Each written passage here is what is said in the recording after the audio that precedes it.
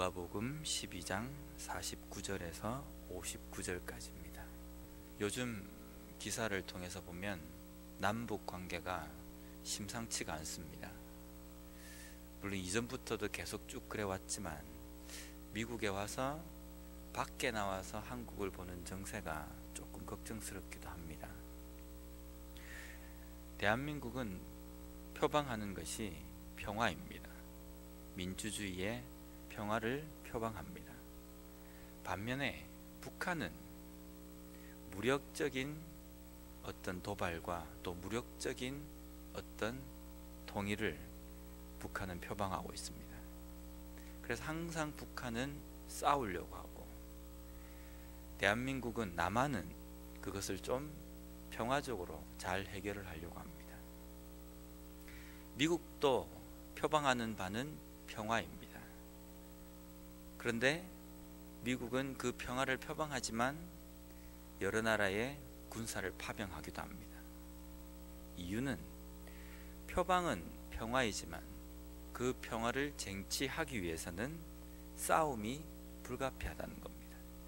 무력적인 어떤 위협을 막아내야 하기 때문에 그것을 방어하기 위해서도 싸움을 싸워야 된다는 겁니다. 오늘 본문에서도 예수님께서는 이 세상에 화평, 평화를 주시기 위해서 이 땅에 오셨습니다. 그런데 지금 오늘 본문에서 예수님께서 말씀하신 것은 내가 세상에 화평을 주러 온 줄로 아느냐, 오히려 내가 분란과 전쟁을 주기 위해서 오셨다라고 말씀하십니다. 뭔가 모순이 되는 것 같지만 우리가 이해할 수 있는 부분입니다. 예수님께서는 우리를 위해서 죽으심으로 말미암아 우리의 죄의 문제를 해결하시고 하나님과 우리 사이를 화평케 하시기 위해서 화목제물로 이 땅에 오셨습니다. 그리고 우리를 위해서 죽어주셨습니다. 그 다음부터 중요한 것은 그것을 위해서는 보이지 않는 세력, 악한 세력과의 끊임없는 싸움과 전쟁이 불가피하다는 겁니다. 화평과 평화를 유지하기 위해서는 전쟁이 불가피하다는 겁니다. 그런데 그 전쟁은 우리가 눈에 보이는 혈과 육에 관한 싸움이 아닙니다. 영적인 싸움입니다. 우리가 우리 속에 있는 믿음과 신앙을 지키기 위해서는, 하나님의 말씀대로 살아가기 위해서는 우리에게도 전쟁이 불가피하다는 겁니다. 그런데 그 전쟁이 눈에 보이는 사람들과의 전쟁이 아닙니다. 눈에 보이지 않는 영적인 싸움입니다. 우리가 싸워야 될 대상은 사탄입니다. 그런데 그 사탄이 눈에 보이는 어떤 모습으로 우리와 결코 싸우지 않습니다. 사탄도 눈에 보이지 않습니다. 사탄은 눈에 보이지 않고, 우리가 보통 영화나 이런 것을 보면 악한 세력과 악령과의 싸우는 그 싸움에서 보면, 아, 저게 악령이구나, 금방 표가 나는 대상과 싸울 것 같으면 우리가 쉽게 적을 분간할 수 있습니다. 그런데 그 사탄은 결코 우리가 영화에서 보는 것처럼 그런 악령의 모습만을 하고 우리와 싸우지 않습니다. 때로는 그 사탄은 교묘하게 어떤 형상으로 옷을 입기도 합니다. 아담과 하와를 넘어뜨린 영적 전쟁에서는 사탄이 뱀의 옷을 입었습니다. 다윗을 쓰러지게 만든 그 영적 전쟁에서는 성적 쾌락을 입고 다윗 앞에 나타났습니다. 그렇기 때문에 우리 인간이 상대방이 어떤 존재인지, 지금 내 앞에 있는 적이 어떤 모습인지 그것을 제대로 깨닫지 못하면 그냥 넘어져 버립니다. 왜냐하면 사탄은 우리의 연약한 부분을 입고 나타나기 때문입니다.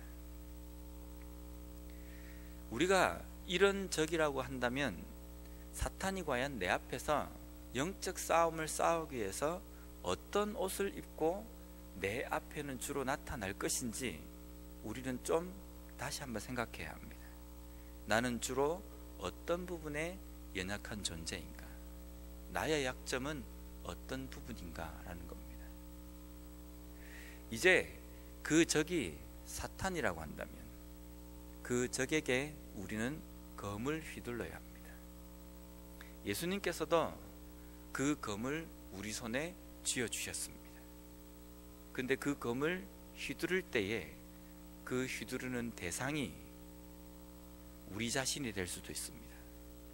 때로는 우리 가족, 때로는 형제 자매가 될 수 있다는 겁니다.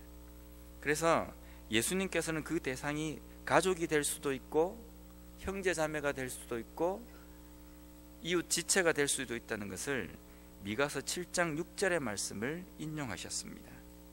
아들이 아버지를 멸시하며 딸이 어머니를 대적하며 며느리가 시어머니를 대적하리니 사람의 원수가 곧 자기 집안 사람이로다.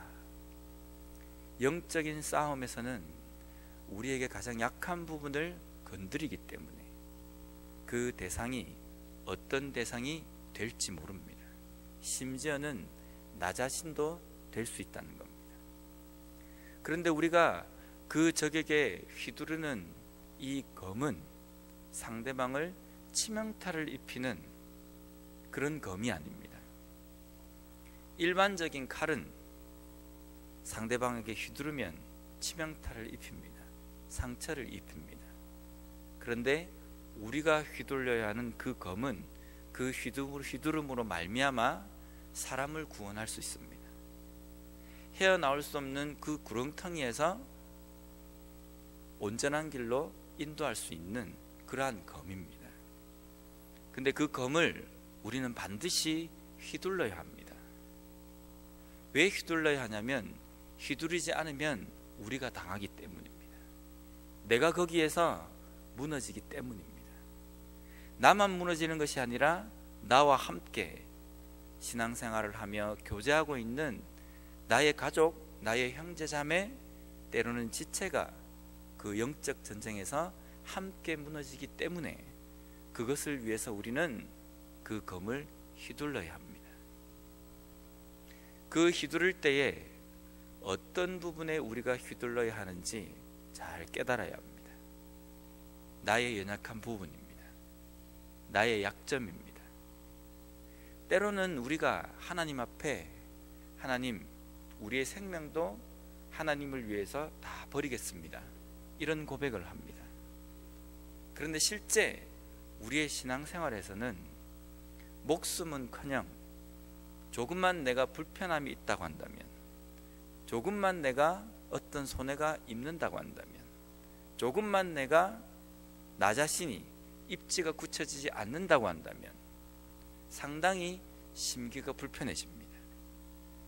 목숨까지 버리겠다라고 고백한 그 고백은 온데간데 없어져 버립니다. 내 목숨이 아니라 내 이익과 내 위치와 내 어떤 권위를 찾으려고 한다는 겁니다. 가만히 한번 생각해 보십시오. 목숨까지 포기한 사람이 뭐가 두렵겠습니까? 목숨까지 포기할 것을 각오한 사람이 어떤 것이 잃는 것이 두렵겠습니까? 내 삶에 목숨보다 더 소중한 것은 없습니다.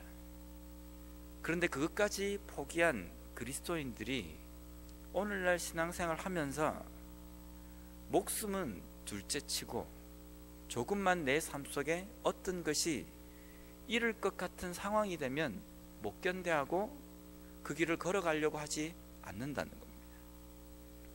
우리가 교회 안에서 신앙생활도 마찬가지입니다. 내 시간이 조금 잃게 되는 그런 봉사의 상황, 섬김의 상황을 우리는 용납할 수 없다는 겁니다. 내 일상생활은 내 일상생활이고 남는 여가 시간을 통해서 마치 신앙생활을 하는 종교인과 같은 삶을 살아간다는 겁니다. 제자는 하나님께서 우리를 군사로서 부른 사람입니다. 우리는 하나님께 군사로서 고용된 사람입니다. 그렇기 때문에 어떻게 보면 우리 개인의 시간은 없다라고 이야기해도 과언이 아닙니다. 왜냐하면 우리는 하나님께 고용된 하나님의 군사이기 때문입니다. 사도 바울도 이런 고백을 했습니다. 그런데 우리는 그 하나님께 고용된 군사로서 이 땅의 삶을 살아가는 신앙생활을 하면서 우리는 자꾸만 하나님께서 맡겨주신 그 일을 향해서 달려가야 하는데 뒤를 자꾸 돌아봅니다. 그리고 내 것을 챙기려고 합니다. 그렇게 챙기는 삶을 살아가는데 어떻게 우리가 목숨을 포기해야 되는 상황이 되었을 때에 쉽게 목숨을 포기하겠습니까? 내가 목숨을 포기하고 목숨마저도 포기하고 하나님의 일을 걸어가려고 할 때에 자꾸만 뒤로 돌아봐지는 어떤 요소들이 우리가 칼을 휘둘러야 하는 대상이 될 수 있다는 겁니다. 때로는 나 자신의 이익, 때로는 나 자신의 안녕, 때로는 나 자신의 개인적인 삶, 이런 것들이 어쩌면 사탄이 자기를 포장해서 우리를 공격할 수 있는 우리의 약점이 될 수 있다는 겁니다. 두 번째로 오늘 말씀에는 이 시대를 분별해야 된다라고 말씀하십니다. 오레곤에는 비가 오면 오늘 날씨가 좀 따뜻해지겠구나, 비가 오지 않고 아침에 날이 상당히 맑으면 오늘은 좀 춥겠구나, 이렇게 예측을 합니다. 왜냐하면 오랜 기간 동안에 이러면 보통 오늘 날씨가 이렇게 되기 때문이다 라는 것이 우리 속에 예측으로 자리 잡고 있기 때문입니다. 우리가 날씨를 이렇게 분간할 줄 알면서 오히려 이 시대는 분간할 줄 모른다라고 예수님께서는 말씀하시고 계신다는 겁니다. 그렇다면 예수님의 말씀처럼 우리가 시대를 이렇게 분간할 수 있고 날씨를 분간할 수 있다고 한다면 우리의 신앙의 현주소도 분별할 수 있어야 합니다. 분별하기 위해서는 지금 현재 우리의 신앙의 현주소가 어떻느냐라는 것을 볼 수 있어야 합니다. 우리의 신앙의 현주소는 어떻습니까? 잘 걸어가고 있습니까? 신앙생활을 제대로 잘 하고 있습니까? 우리는 우리 자신이 신앙생활을 잘 하고 있다고 생각합니다. 물론 저 자신도 그렇게 큰 무리가 없다라고 생각할 때가 많이 있습니다. 그런데 우리의 신앙의 현주소를 제대로 평가하기 위해서는 나에게 다른 사람들이 어떻게 평가하는가, 이 이야기는 어지간해서는 우리의 귀에 잘 들어오지 않습니다. 내가 지금 어떤 목사인가, 내 귀에 그 이야기가 잘 들어오지 않습니다. 내가 지금 직분자로서 어떤 신앙생활을 하고 있는가, 내 귀에 그렇게 직접적으로 들어오기는 어렵습니다. 우리가 우리 신앙의 현주소를 알기 위해서는 오늘날 현재의 목사들이, 직분자들이, 그리스도인들이 세상 가운데 어떤 평가를 받고 있는가, 그것을 봐야 합니다. 세상은 기독교를 향해서 이렇다 저렇다 평가를 내립니다. 그 평가를 우리가 보면서 우리는 어떤 생각을 합니까? 요즘 한국에 있는 교회가 큰일이구나, 요즘 그리스도인들이 엉망진창이구나, 우리는 그렇게 생각합니다. 근데 우리가 이야기하는 그 한국 교회가 우리도 한국 교회입니다. 오늘날 그리스도인이 문제구나라고 이야기할 때 그 그리스도인이 나 자신도 그리스도인이라는 겁니다.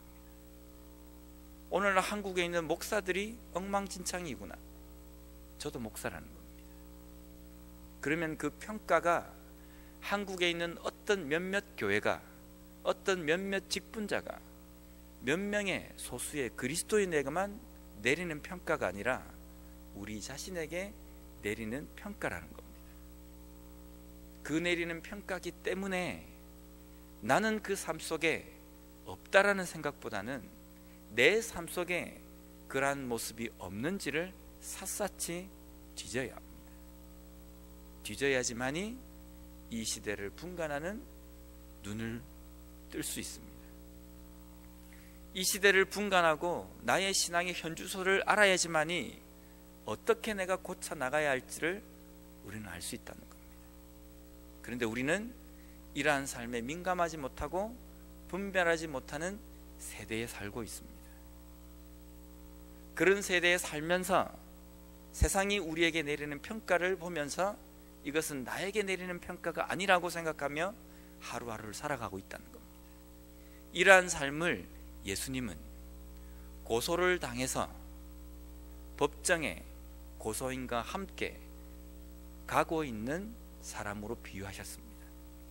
지금 누군가가 나를 고소했습니다. 그래서 지금 법정에 판결을 받으러 가야 합니다. 어떻게 하면 내가 법정에 가서 그 판결을 받지 않을 수 있습니까? 고소한 사람에게 사과를 하든 그 앞에 무릎을 꿇든 눈물로써 호소를 하든 그 고소를 취하하도록 그 사람에게 매달릴 수밖에 없습니다. 왜냐하면 우리가 고소를 당해서 법정에서는 그 순간 우리는 감옥에 갇히기 때문입니다. 예수님은 감옥에 갇힌 그 사람이 하나라도 다 갚지 않고서는 그 감옥에서 나올 수 없다는 겁니다. 그런데 우리는 갚을 능력이 없습니다. 갚을 능력이 없는 사람들. 그래서 우리는 법정에 서서는 안 됩니다. 법정에 서기 전에 나를 고소한 사람에게 그 고소를 취하도록 매달려야 한다는 겁니다. 화해해야 된다는 겁니다.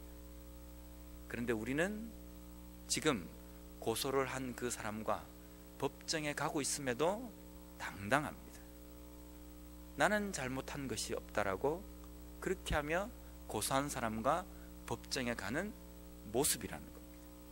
그것이 이 시대의 그리스도인의 모습이라고 예수님께서는 지적하십니다. 오늘날 세상이 우리 그리스도인을 평가하는 여러 가지 평가와 말들이 나는 아니라고 생각합니까? 그러면 누구에게 하는 말이라고 생각합니까?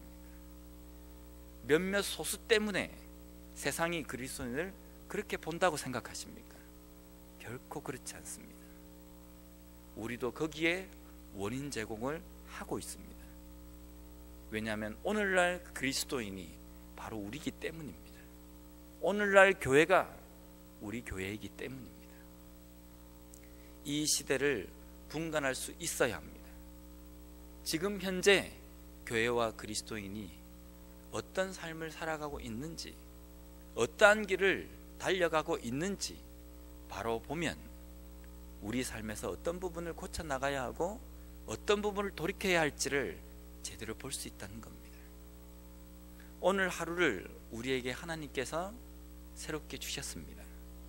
잘 먹고 잘 살라고 주신 것이 아니라 하루 동안 다시 한번 돌이킬 수 있는 시간적인 유예기간을 주신 겁니다.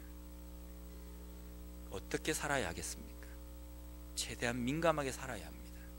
말씀에 민감하고 죄에 대해서 민감하고 하나님의 뜻대로 살아가는 삶에 민감하게 반응할 수 있어야 합니다. 그렇게 반응할 때 우리는 이 악한 세대에 살아가지만 우리의 적이 누구이며 우리의 칼을 누구에게 휘둘러야 하는지 그것을 제대로 알므로 말미암아 온전한 그리스도인으로서 예수님의 제자로서의 삶을 살아갈 수 있을 것입니다. 오늘 하루도 말씀에 민감한 삶으로 말미암아 하나님의 길을 제대로 걸어가는 우리 모두가 되기를 원합니다.